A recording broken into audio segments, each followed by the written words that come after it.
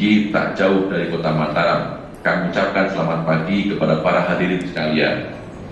Dapat kami laporkan bahwa webinar beberapa kali mengenai transformasi Bali ekonomi di Bali maupun di Bali Nusa. Assalamualaikum warahmatullahi wabarakatuh. Selamat pagi dan sebelum ke Gubernur NTT, jadi di NTT ini Victor, saya melihat memang banyak sekali tantangan ya, dari alamnya yang terbentang luas ya, pulaunya banyak banget, hampir 1.200 pulau. Kemudian SDM-nya yang kurang berkualitas, let's say begitu ya. Infrastruktur juga kurang, sehingga digital competitiveness itu di ranking 29. Jadi ini artinya lebih bawah lagi daripada NTB ya. Tetapi saya melihat orang-orang NTT ini cerdas-cerdas ya dan hebat. Kita lihat Bapak Frans Seda almarhum ya. Terus kemudian Pak Adrianus Moy, Gubernur Bank Indonesia periode 8893. Bahkan Pak Joni Plate, Menko Info saat ini itu berasal dari NTT. Jadi saya melihat apa karena mereka suka makan ikan ya. Nah, untuk mengulas lebih dalam, mungkin Pak Victor bisa mendetailkan sebetulnya tantangan itu apa sih yang dihadapi oleh NTT. Kemudian Bapak selaku pemimpin di NTB harus bagaimana agar ekonomi NTB bisa lebih resilient terhadap shock dan tumbuh lebih sustain dan inklusif.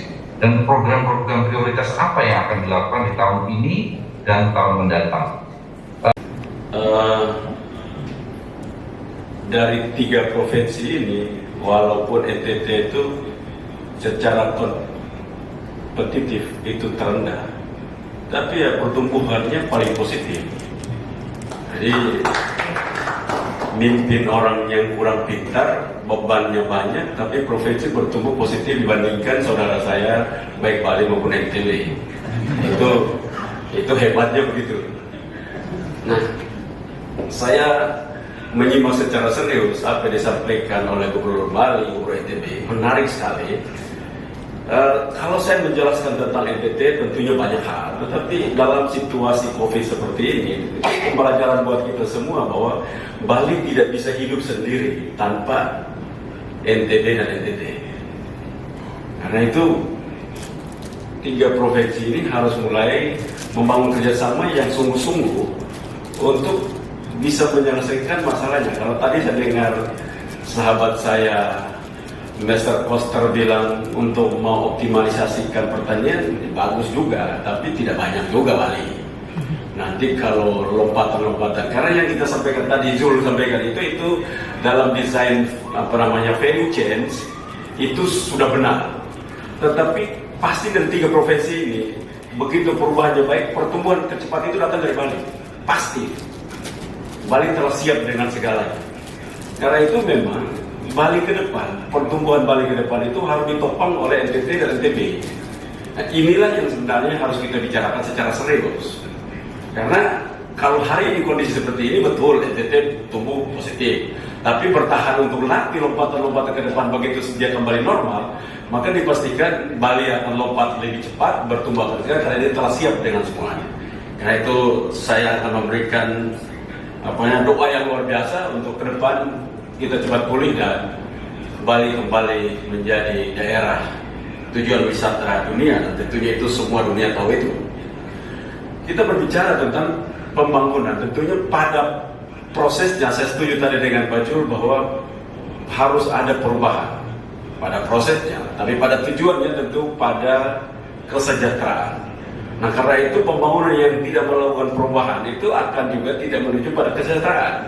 Dan karena itu saya senang kalau Pak Gubernur NTB sudah mulai berpikir untuk melakukan industrialisasi dalam bidang-bidang sektor pertanian perkebunan. Sehingga ini akan sangat membantu 3 provinsi ini. Saya bukan cuma bicara tentang NTB, karena saya lihat kalau perubahan mindset di NTB itu akan melakukan perubahan mindset di NTT. Perubahan akan mindset juga di Bali.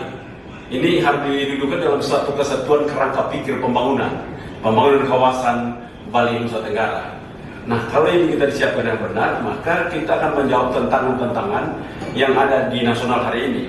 Khususnya Nusa Tenggara Timur, walaupun dari postur ekonominya masih mengalami kondisi yang buruk, tetapi kita lihat potensinya sangat besar dan ini akan mampu menjadi penyumbang terbesar ke depan.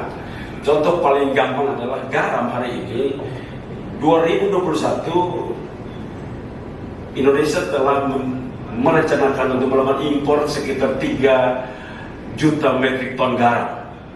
Sementara di Nusa Tenggara Timur, produksi garam harusnya kalau dikelola dengan benar, disiapkan dengan baik, maka impor 3 juta metrik ton itu tidak perlu datang dari luar negeri, tidak perlu datang dari Australia, tidak perlu datang dari India dan China, tapi itu cukup datang dari Nusa Tenggara Timur.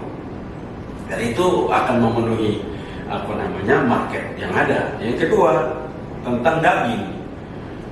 Tahun ini Indonesia rencana akan melakukan impor sekitar 500.000 ekor sapi, baik dari Brasil, Australia maupun kerbau dari India, 100.000 ekor dari India, dan 85.000 ton daging rencana impor. Nah, ini sebenarnya kekuatan itu pada kekuatan di Nusa Tenggara Timur dan Bali NTB. Karena itu memang cara berpikirnya adalah kita mengisi hari ini kebutuhan-kebutuhan nasional yang harusnya diisi oleh ketiga provinsi ini. Nah, khusus Nusa Tenggara Timur kami telah sedang menuju kepada persiapan untuk mengisi garam industri yang katanya 95-97% natrium klorida itu yang belum atau tidak mampu diproduksi oleh Indonesia. Menurut saya itu penghinaan terhadap masyarakat Indonesia. Menurut saya itu mempermalukan diri sendiri. Kalau saya sampai dengan teknologi udah maju sampai hari ini pun kita masih tetap mengimpor garam dari negeri orang, lalu negeri sendiri kita yang katanya negara kelautan itu negara maritim, itu kita masih mengimpor garam dan itu sesuatu yang sangat mempermalukan kita. Nah, itu saya sekali lagi mendorong serius untuk ketiga provinsi ini mampu bersinergi untuk bukan saja mengisi rantai nilainya yang ada dalam kebutuhan-kebutuhan kehidupan pembangunan ketiga provinsi, tetapi juga mampu menyumbang secara nasional. Selanjutnya tentang energi. NTT salah satu pusat energi baru terbarukan, khususnya solar farm. Dan Pulau Sumba dan Pulau Timur adalah salah satu bahkan pulau dengan iradiasi matahari terbaik di Indonesia. Terima kasih Bapak Gubernur Victor, sangat menarik. Jadi ide Bapak adalah bagaimana membuat kolaborasi atau sinergi di antara Bali Nusa sendiri, ya, di mana NTT bisa mensuplai beberapa produk pertanian. Dan kalau saya lihat dari presentasi Bapak itu bisa suplai sapi itu peringkat 5 nasional, babi itu peringkat 1 nasional, ya, mete peringkat 1 nasional, kemudian rumput laut peringkat 2 nasional, kopi 8 nasional, dan garam 5 nasional. Sehingga saya setuju sekali dengan pendapat Bapak bahwa tidak perlu impor, ya, kita bisa mengoptimalkan produksi dalam negeri. Begitu pula dengan energi. Terima kasih Bapak Rizky yang sudah memandu jalannya sesi diskusi